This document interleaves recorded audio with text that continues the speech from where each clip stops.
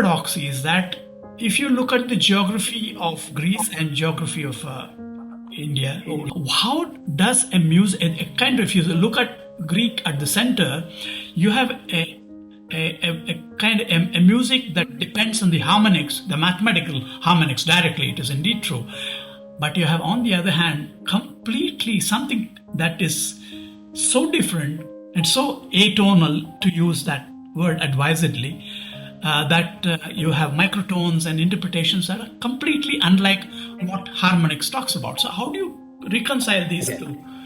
So let's be very clear about this. Music comes first. So, music has been played for 40,000 years. Right. Long before people worked out that there was any kind of mathematical structure.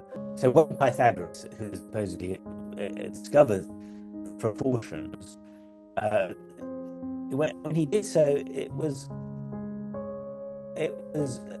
separate to and distinct from a musical culture, which used music in the way that pleased the ear. So then Pythagoras recognizes, and there are various stories about how, that if you put a string, if you press a string in the middle, you get octaves. So it's a 1 to 2, and if you do it in 2/3, it's a fifth, so 2 to 3, and a fourth, 3 to 4. And then he thought, well, this is perfect because we have a fourth bar bum and we have a fifth bar bum, so you have a tone between the two, da dum. And then he worked out that you cannot then add up tones in order to get an octave 1 to 2. I mean, you cannot add up 9/8 enough times to end up with an octave. Okay, so he had a problem that mathematically music as it exists cannot be described in perfect mathematical proportions. Well, why should it be? It's a completely kind of external notion to say that, we've discovered that there is a basic mathematical system here, but it doesn't seem to fit the way we actually play music. So music, very quickly, musicians split up into the so-called harmonikoi, those who followed these kind of mathematical structures, and the musikoi who didn't. And actually, Aristoxenus, who's our greatest musical source from the ancient world, says, we don't have to be bound by mathematical notions. We should follow what the empirical understanding of music is, and talk about that. Because if you cannot describe music in purely mathematical terms, you can use proportions to explain things like what a particular interval is, and that's what Ptolemy goes on to do. But that doesn't mean you prescribe what an interval should be by saying it's got to conform to a particular mathematical proportion. So that's, there are two very broad elements of the Greek contribution to music, and one is what their music actually sounded like and how we can learn how that works, and what the music seems to imply mathematically, which is a bit sterile, because in the end you can't create music out of thinking what should the mathematical proportions be. So I think there's a bit of a red herring if one tries to follow that path and say, well, let's look at the geometrical structures.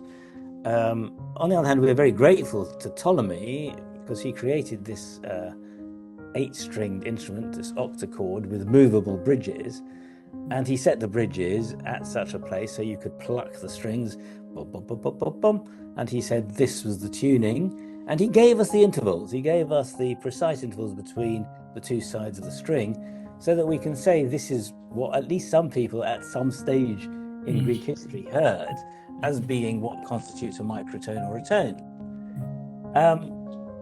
Now, an octave is always going to be 1 to 2, because you put the bridge in the middle and you get bar bum, exactly an octave. A fifth, or at least a pure fifth, not a tempered fifth, of course, in modern piano, but a pure fifth will be always 2 to 3, and a pure fourth will always be 3 to 4. So you get those proportions, but anything in between is going to be extremely variable. And that is then a matter of description rather than prescription. You can describe what those microtonal intervals are and what the effect is that they're having, and perhaps suggest, as I do, certainly for the Orestes papyrus, that the microtones are really just kind of passing notes between the notes of the interval of a semitone. A lot of the time, that is what they're doing in terms of their function. I'm not saying it all the time, and certainly you can look at modern parallels. I looked at Ethiopian music, and they play a certain stringed instrument called the krar, which obviously relates to the ancient kithara. And the notes to which they tune that are not standard tone semitone notes. At least some of the notes are what we would hear as microtonal, as involving a slightly different interval from the one that the Western musical tradition now is used to. Yeah, I mean, that is my broad view. And just to get back to your interesting discussion about makam and so on, I do think that there are lots of different streams in which the Greek tradition separated itself into. So I think it may well have influenced jati, it may well have influenced what eventually became rag. It may well have influenced, I think it undoubtedly influenced the music of the Middle East, the Arabic music that we know, and lots of their theory about modes and so on. But whether the actual sounds transmitted themselves is another matter. I'm pretty clear now, I think, that a lot of the sounds of ancient Greek music survived in Roman times. Unfortunately, we have no written evidence at all for music throughout the Roman period. The only thing the Romans conquered Greece and made it a province in the 2nd century BC, and the Roman Empire lasted one way or another until its final destruction, perhaps, 1,000 years later. Yeah. That whole period of musical production, we have the scantiest of evidence for. We have Boethius talking about it, but we don't really have any music. And so, we just have to accept that there was a European tradition, which is largely lost to us, and we have a few stepping stones. And what you then get is Gregorian chant being notated in the 10th century. And this has seemed to musicologists not to be related to the ancient Greek tradition, which is to me an absurdity, because geographically, that was what the sound of music was. It was the Greek tradition as inherited by the Romans, and a European tradition which was then picked up by the Gregorian monks and taken forward. So I have very little doubt in my own mind that there was a continuous tradition of some kind, but we don't have all the evidence. We don't have all the stepping stones. We just have some very broad stepping stones, which we have to say, there's this and there's this and there's this, and then we have the beginnings of Western music. So you see a kind of orthogonality in this movement between the two different cultures. So what might be the different inspirations here? Well, I mean, broadly speaking, there were going to be theoretical treatises, which some of the scholars would have picked up on. And of course, Greek theoretical treatises on music do emphasize the tetrachord as a basic interval. They don't talk about the octave, although obviously they understood that the octave was a unison. When theorizing how scales were produced and created, or modes were produced and created, they used this idea of the tetrachord and intervals within an interval of a fourth. So between the bar bum, is it da da da da, or da da da dum, or da da da, whatever it is. So why was that the case? I think part of the reason is that a lot of early musical tradition was quite stepwise. So they didn't have, our developed musical tradition, you can sing da ya over the rainbow, you go way, soar into an octave. Theirs didn't. And, I think, again, my knowledge of Indian music is very limited, but when I listen to it, there aren't huge intervals. It tends to be quite stepwise. It tends to move between maybe a second and a fourth, but not. It doesn't tend to do these large leaps that we're used to in, say, Western opera. Mhm. And I think that was probably true of ancient music, and therefore it made sense for them to think of the smaller compass of the tetrachord when talking about analyzing it. Now, theoretically, when you build up a tetrachord and you reach the octave, you then have a very different compass to think about, and that has proved to be, the useful structure for later Western musicians to think in terms of. But it isn't a necessary one, especially if you're not leaping, 2 octave intervals or whatever. And that is to do with, the development of musical culture and the way ears want new sounds and new experimental things that will have happened over the course of hundreds of years. And suddenly you get a different need to think in larger compasses. So, to get back to your point, I think there's that theoretical understanding based on the practical musical expression of the ancient Greeks, which is, as I say, probably in limited compass. And we're even told this. We're told that, one of the developments in the course of the ancient Greek world was that the compass of notes actually expanded. And in the so-called new music of the 5th century BC, that was one of the things people noticed, that there were larger intervals involved.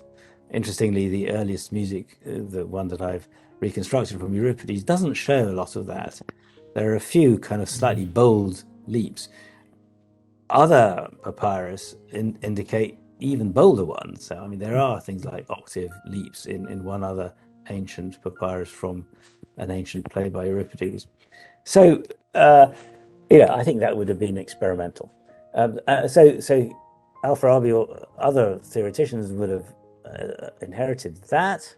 They would also have perhaps heard some elements of actual practical Greek musical song and instrumental music, which then influence the music that was played in their context, in their own context. We don't know. I don't know whether that's the case, but if it were the case, that would have been another possible route for thinking about how music should be constructed and sound. Because you don't need the octave for beautiful music. In fact, even in Indian music, I'm a performer. I sing the Hindustani classical music. After you get into the middle, you get into the 5th note, 6th note, you feel very happy. Why do you have to rush and jump to the top note? It's like you feel a sense of wanting to come back. Yeah. It's almost like someone who climbed the Everest said, "Why are you climbing it? Because it's there." So why do you want to go to the octave? Because it's there. You don't need to go up to the octave, but that is how musical tastes developed Yeah. as it happens. It's entirely contingent, and I think then a taste for large intervals and interval leaps and so on, became very commonplace in Western classical music. But I don't think it has particularly infected Indian music. And I think it's interesting. The Samaveda tradition, which is very ancient, Yes. I assume is within a very narrow compass. With very narrow campus. Yes. And actually within that, of course, you can have lots of fine distinctions because of you can use microtones of various kinds. You don't have to have an octave. It's a bit of a blunt instrument. So we have an octave, and we only use whole tones and semitones. Right. Rather than we have a tetrachord, Yes. and we can use microtones as well as semitones and whole tones. That's right. Yeah, we've already assumed without, we are not even conscious of the fact that our vocabulary is shaped by mathematical constraints. Quarter tone is itself a constraint, and when you actually wish to deliver or rather enunciate a particular note, you are looking for that space. See, there's a much wider space called Shrutis. Shrutis are much more interesting. But if you look at it philosophically, I have a view on this that if you want Shrutis, then you do not have fixed points. Right. You do not have the fixed frequencies, pitches on a keyboard. If you have fixed points on a keyboard, you do not have Shrutis. It is a principle of indeterminacy.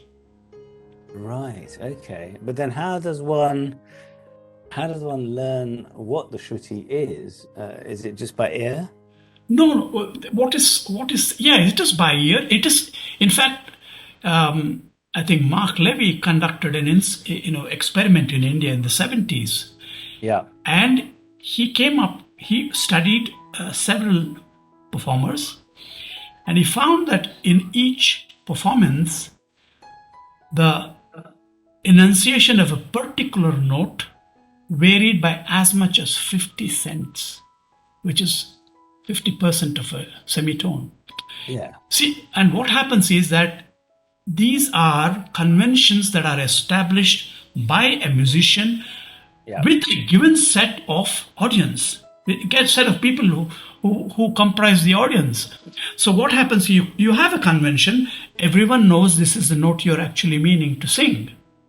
It could be variant, it could, in terms of an outside reference, it could sound completely off. Yes. And even Matanga, who talks about, he wrote the Brihad Deshi. So it's very interesting, he didn't write the Brihad Margi. It means, Brihad Deshi means among the peoples, the large, it's a huge thing. The Brihad is a large, the great work that was curated from across from among the peoples, as you would call vernaculars. The Margis. So he actually brought all of that together, and he said, the Shrutis are the continuum, they are the substratum from which you realize some of the swaras which are manifest at particular times. You take a lamp behind a darkened set of windows, you can only see lights where it passes through. Just imagine that the dimensions of the jamb of the window can be increased or reduced. So each of us can have different Shrutis, but still mean the same swara. So this is the kind of situation we are in as far as Indian music is concerned. Yes. I mean, enormous flexibility, really. Yes. And some attempt to kind of mathematize and standardize and so on is very anachronistic in some ways. Yes. So, I mean, do it with a computer, maybe. Just like grammar, language, I mean, you have received pronunciation, right? I mean, I'm a speaker of English today, but I speak in my own way, and your own way, exactly. And it's still English, but it's just with a different inflection. Yeah, absolutely. So you can understand that I mean this by this, this pronunciation, this enunciation. You can understand me, I can understand you. So we are using Shrutis. Yeah, well, I think that's right. I mean, and one of the key things I try to emphasize in everything I write is the sheer variability of this musical tradition. I mean, we happen to have individual pieces, but we don't know. As I say, every time they were performed, they would be performed differently. People say, what tempo? It depends on the context. What note did they start from? Absolute pitch. They didn't have an absolute pitch. If they had a particular double pipe with this pitch, they sang it to that pitch. The desire to say there was just one way and we have to find it seems to me to be a mania that a lot of academics have, but actually has no purchase in the reality of such a thing as a musical or even a linguistic tradition. And the fact that we have increased our accuracy, our ability to pinpoint a note and know exactly what a third of a tone is, that actually takes us away from the reality. Right. I have a colleague who maps Greek music using computer-generated sounds. And it sounds outlandish. Of course it sounds outlandish. That's not how it ever sounded. And even if those happen to be accurate intervals, the ancient Greeks wouldn't have cared.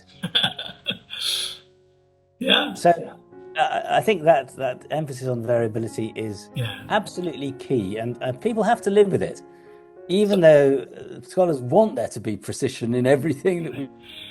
I You think have to see, live in the fact. it's because people sang together. I do not. I'm not. Of course, you did point out that these were choruses, and the large choruses. In fact, Yeah, I remember the lady singer saying that this is 50 men, 50 right? men or 50 So boys. yeah, Yeah. 50 boys.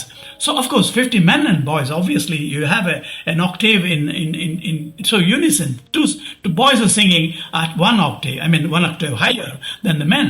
So you already have a unison chorus. But so what I'm saying is that these, and perhaps not necessarily orchestrated, but people singing together and singing in different ways, different pitches, different beautiful Of course. heterophonies. So therefore, again coming back to the ethno-psychology, you move away. Now you're an individual singer. So there is a separation between the audience and the performer. I do Yes. not know whether there was a separation from between the audience and the performer. See, there are these considerations which I don't know whether Yeah. we brought that. Sometimes there would have been, sometimes Yes, there wouldn't have been, develop. you know. And that's right. All those considerations have to come into what I call variability. And simply, I mean, one of the things that struck me when I first looked at ancient music 30 years ago was I couldn't understand how you could pitch or hear a quarter tone or a microtone because in our Western music, that interval happens if you change the vowel quality. If Right. you sing a note to ah and you then move to eh, I, you've got a quarter tone. Yes. You've already increased the pitch Yeah, it's a by changing the vowel. It's called a pulled pitch, right? A pulled pitch Yeah, is an unintended pitch because of a vowel exactly. transition that takes place. Because of Yes. vowel transition. And so I thought, well, what happened in ancient Greek if they sang an ah and then moved to air, and they had a different note. Right. And then I actually did the analysis on the existing text, and I found that when they set their words to music, actually every time they used that quarter tone, it was because they moved to a different vowel. So they recognize that, I think. They Uh-huh. actually recognize. Yeah. But as you say, you get a group of 50 people singing, you're never going to get a pitch that And you don't doesn't even vary. care. I don't think you care, right? So No, anyway, no. that's really really interesting. Yeah. Maybe I think Shankar, I'll I'm going to have just to go. I actually yeah, have yeah. a No, no, class that's right. that How I need did to we? teach. Okay. Anyway, so I think you have actually may not be in that order, but I think you have addressed We all the have talked questions through that I had. all your questions. Yeah. Thank you. So I'd love to talk again sometime and happy to keep in contact and yes. learn more from you. I'd love to learn more from you about some of these Indian traditions and indeed the Arabic ones that the Makam and so on. So thank you very much for getting in touch. And I want to continue our dialogue, please. Thank you so much, Sharman.